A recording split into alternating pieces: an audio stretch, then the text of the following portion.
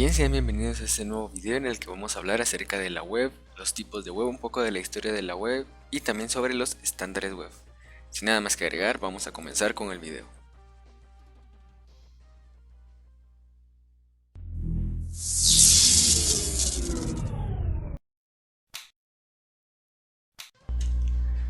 Vamos a hablar primero de lo que es una breve historia acerca de la web.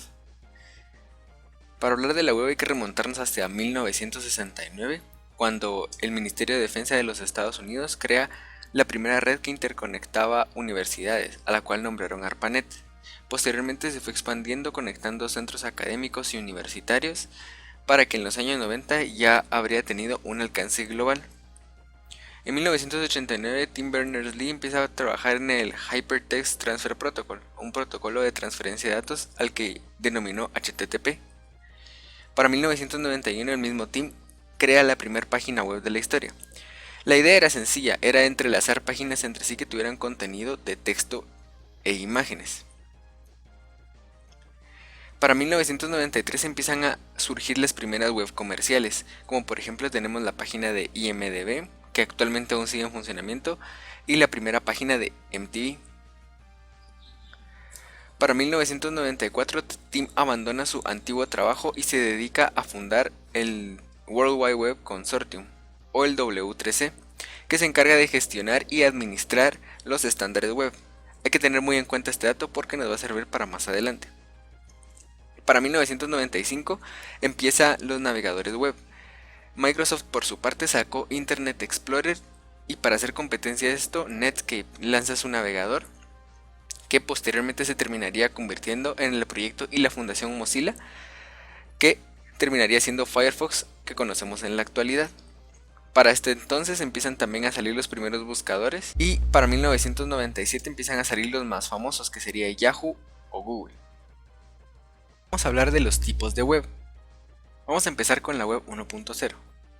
Entre las características principales que podemos mencionar de la web 1.0 es que fue la primera etapa de la web, en la que solo éramos receptores los usuarios. Realmente lo único que hacíamos era recibir la información que era escrita a partir de páginas web a la que nosotros podíamos acceder a través de los navegadores. Como dato curioso, el primer navegador que salió fue el www, creado por el mismo Tim Berners-Lee.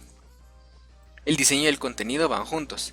En este caso pues el contenido de la página HTML o la estructura y el diseño CSS iban en el mismo archivo. En aquel entonces no se conocía un estándar que los separara o que los trabajara de manera aislada cada uno. Formulario y contenido juntos. Los formularios lo único que hacían al final de la página era que al darle al botón de subir o añadir el formulario nos redirigía al servicio o al cliente de correo electrónico para que nosotros enviáramos un correo de contacto a la persona. Igualmente el contenido no era como de una base de datos, sino que no se usaba base de datos, todo iba dentro del archivo. Algo que ahora pues es casi un requisito que tenga una base de datos para que sea un sitio web completo. Y tenemos las etiquetas patentadas también. Básicamente la mayoría de los sitios informativos que existen de aquella época utilizan esa tecnología, que sería por ejemplo la primera página de MTV que mencionamos. La siguiente evolución de la web que tendríamos sería la web 2.0. Entre sus principales características tenemos que ya era una web abierta y participativa en la que el usuario ya no solo era receptor de información, sino participaba también en la aplicación de información para la web. Genera sus propios recursos al momento de generarse colectivamente la información entre los usuarios. Básicamente todos tenemos acceso a la información actualizada y pues generamos nosotros también nuestra propia información. Empiezan a salir las herramientas para compartir información. El término blogging se empieza a hacer famoso por estas segundas etapas. Y empiezan a salir también redes sociales. Y bueno, es más interactiva que la web anterior, ya que tenemos combinación de diseño y de operabilidad y de funciones diferentes, ya con los estándares que en este caso vamos a hablar más adelante. Tenemos como ejemplos a YouTube, Amazon, eBay y las Wikipedias, o las wikis más bien. Bien, la siguiente evolución de la web, que sería ya más en la etapa contemporánea, es la web 3.0. Con la web 3.0 se buscaba hacer una web semántica, en la que las personas podrían expresarse en un lenguaje natural que luego fuera traducido por una máquina al lenguaje de software. Entre las características que tenemos las búsquedas inteligentes, las famosas búsquedas inteligentes de Google, por ejemplo.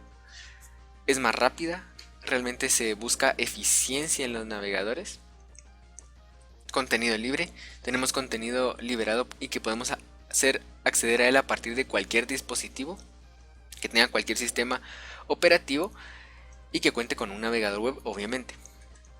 Y la inteligencia artificial está muy ligada a esto.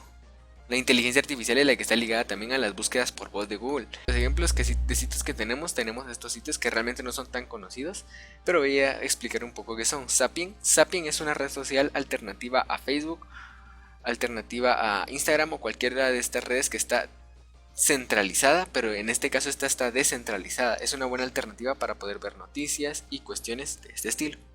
Luego tenemos iChat, que es un chat como por ejemplo WhatsApp o Messenger, pero también está descentralizado, en el que podemos nosotros compartir información, hablar e incluso hacer intercambio de criptomonedas. Kasha es una empresa o una compañía de banco que permite hacer transferencias bancarias, permite hacer préstamos bancarios e incluso trabajar con Bitcoin de una manera muy segura. Las tres están descentralizadas. Y la evolución que aún está en desarrollo y que sigue su curso es la Web 4.0. Entre las características que tenemos de la Web 4.0 tenemos el método Spec-to-Spec, que es a partir del habla. También tenemos la comunicación entre máquina hacia máquina. Básicamente en esta web lo que se busca es potenciar la web semántica, a tal punto en que nosotros únicamente tengamos que mencionar un par de palabras para hacer una reservación de un vuelo, por ejemplo.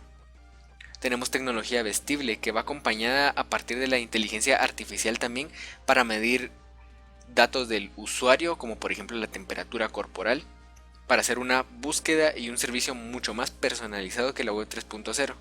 La inteligencia artificial está estrechamente ligada a esto, ya que es básicamente la encargada de llevar el mando de las cosas. Entre los sitios que podemos mencionar, o entre las tecnologías más bien que podemos mencionar, tenemos a los asistentes Siri y Cortana.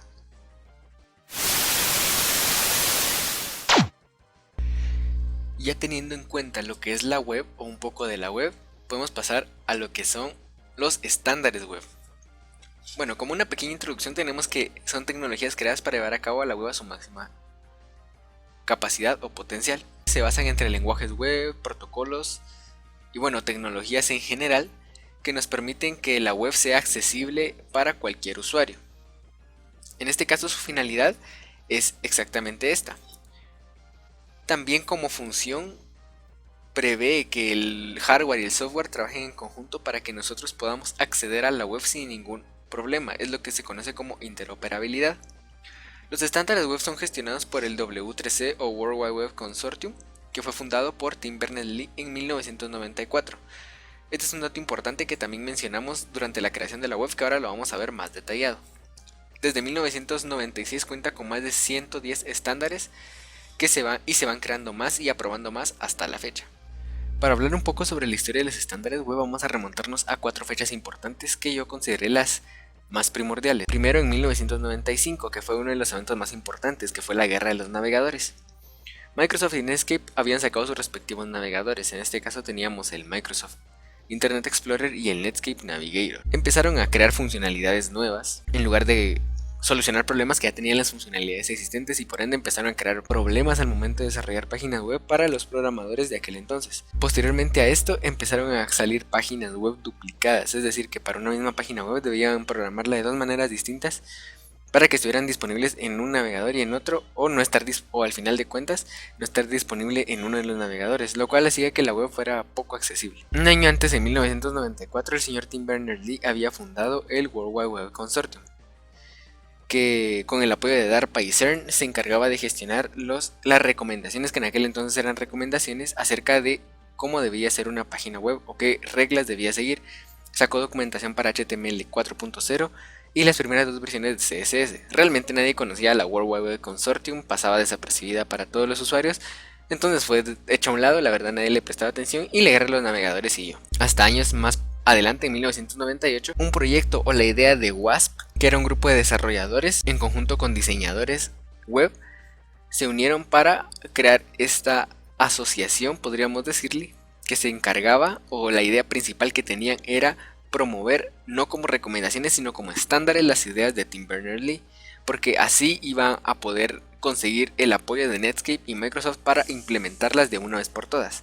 Para hacer esto utilizaron campañas, por ejemplo una campaña publicitaria masiva en la web en donde daban a conocer la idea, y también ridiculizaron a las empresas que apoyaban el World Wide Web Consortium pero creaban sus propias funcionalidades después. Básicamente hasta el año 2000 se empezaron a hacer reformas, la realización de los cambios a la web. En el año 2000 sale a la luz el Microsoft Internet Explorer para Macintosh, que era compatible de manera predeterminada con Mac OS. Era un hito histórico ya que tenía un nivel de compatibilidad decente con las páginas web.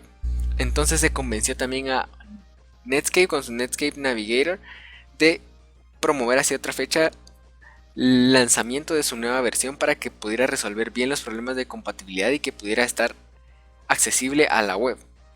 En el año 2002 la revista Wired y en el año 2003 la página de ESPN se convirtieron en los principales embajadores del uso de estándares web.